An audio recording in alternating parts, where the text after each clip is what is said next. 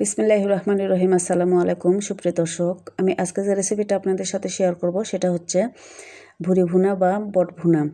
এই বট ভুনা রেসিপিটা আমরা বিভিন্ন জনে বিভিন্ন প্রসেসে রান্না করে থাকি। তো আমার মতে একদিনে রান্নাটা কমপ্লিট না করে একটু লং প্রসেসে রান্নাটা কমপ্লিট করলে এর যে একটা বাজে স্মেল আছে সেটা লাগার কোনো চান্স থাকে না, আর খেতে কিন্তু অসম্ভব মজার হয়।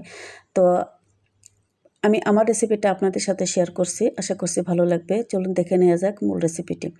আমি রান্নার জন্য এখানে একটা খাসির পুরো ভুঁড়িটাই নিয়েছি, ভালো করে পরিষ্কার করে নিয়েছি ওয়াশ করে, আর একটু বড় বড় পিসেস করে কেটে নিয়েছি। প্রথমে আমি ভুঁড়িটা মশলা মেখে রান্না করে নেব। দিয়ে দিলাম 1 কাপ পেঁয়াজ, কয়েকটা কাঁচামরিচ আর আস্ত কিছু গরম মশলা, সাদা কালো এলাচ, লং, গোলমরিচ, স্বাদ মতো লবণ দিয়ে দিচ্ছি, 1 চা চামচ হলুদের গুঁড়া দিচ্ছি, আর সামান্য দিয়ে দিলাম গরম মশলার গুঁড়া দিচ্ছি 1 চা চামচ উঁচু করে, ধনিয়া জিরার গুঁড়াও দিচ্ছি 1 চা চামচ উঁচু করে, আর লাল মরিচের গুঁড়া দিচ্ছি আমি 2 চা চামচ, আদা রসুনের পেস্ট দিচ্ছি 2 চা চামচ, আর সরিষার তেল দিয়ে আমি পানি দিয়ে এটাকে রান্না করে নেব। আর ভুঁড়ি যেহেতু একটু রিচ হয়, তেলের পরিমাণ একটু কমই দিলাম। যাই হোক, এবার এটা আমি ঢেকে রান্না করে নেব। তো আমি কিছুক্ষণ রান্না করার পর একটু নেড়েচেড়ে মিশিয়ে নিচ্ছি। প্রথম পর্যায়ে এই পানিটা আমি শুকিয়ে নেব। আমি কোনো একদিনে ভুঁড়িটা রান্না কমপ্লিট করব না, 3-4 দিন ধরে আমি রান্না করে নেব। এভাবে এটা হচ্ছে পরের দিনের লুক। প্রত্যেক দিন রান্নার শেষে আমি সকাল এবং বিকালে 2 বেলা করে ভুঁড়িটা আমি জাল করে নিয়েছি। আমি আবারও পানি দিয়ে এটা সিদ্ধ করে নিচ্ছি।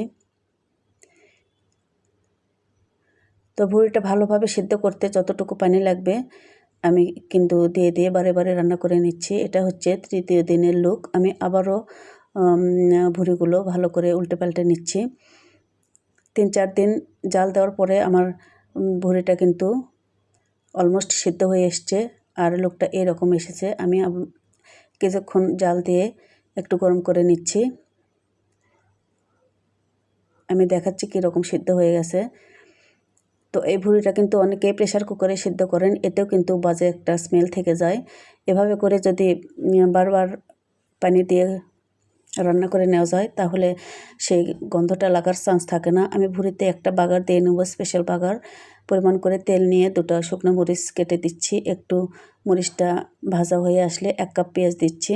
পেঁয়াজটা একটু ব্রাউন কালার ধরে আসলে এর মধ্যে দিয়ে দিচ্ছি 1 টেবিল চামচ পাঁচফোড়ন। এটাতে কিন্তু অনেক মজা একটা আলাদা টেস্ট আসে। এই রেসিপিতে একবার ট্রাই করার চেষ্টা করবেন, তাহলে বুঝতে পারবেন ভুঁড়িটা খেতে কত মজার হয়। তো আমার বাগারটা একটু সোনালি করে ভেজে নিলাম, আর তার মধ্যে দিয়ে দিচ্ছি রান্না করা ভুঁড়ি। আমি ভুঁড়িটা আজকে একটু মাখো মাখো করে রান্না করে নেব, আর এভাবে করে বাগারের সাথে ভুঁড়িটা আমি ভালো করে মিশিয়ে নিচ্ছি। আমি লবণ চেক করে নিয়েছি, পারফেক্ট আছে এবং পারফেক্টভাবে সিদ্ধ হয়েছে। আমার রান্নাটা অলমোস্ট রেডি পরিবেশনের জন্য। তো আমি এটা এখন এভাবে চুলার ওপরে রেখে দেবো এবং গরম গরম ভাতের সাথে পরিবেশন করে নেব। দর্শক, তৈরি হয়ে গেল আমার অনেক মজাদার একটা রেসিপি বট ভুনা। তো আমার এই রেসিপিতে একবার ট্রাই করবেন, আশা করছি খারাপ লাগবে না।